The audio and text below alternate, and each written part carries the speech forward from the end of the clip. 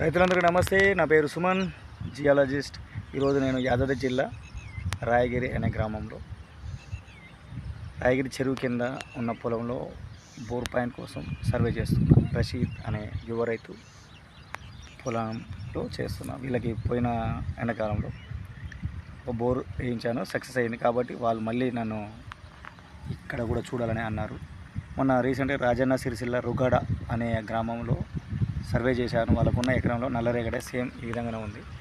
అయితే ఆ ఊర్లో పోయిన నెలలో ఒక మహేష్ అనే ల్యాండ్లో డ్రిల్ చేస్తే 220 ఫీట్ల లోతులో మంచి బౌలర్స్ వచ్చి పలుగురాలు వచ్చి ఫుల్ వాటర్ వచ్చిన తర్వాత 10 రోజులు మోటార్ పెట్టిన తర్వాత ఎండిపోయింది.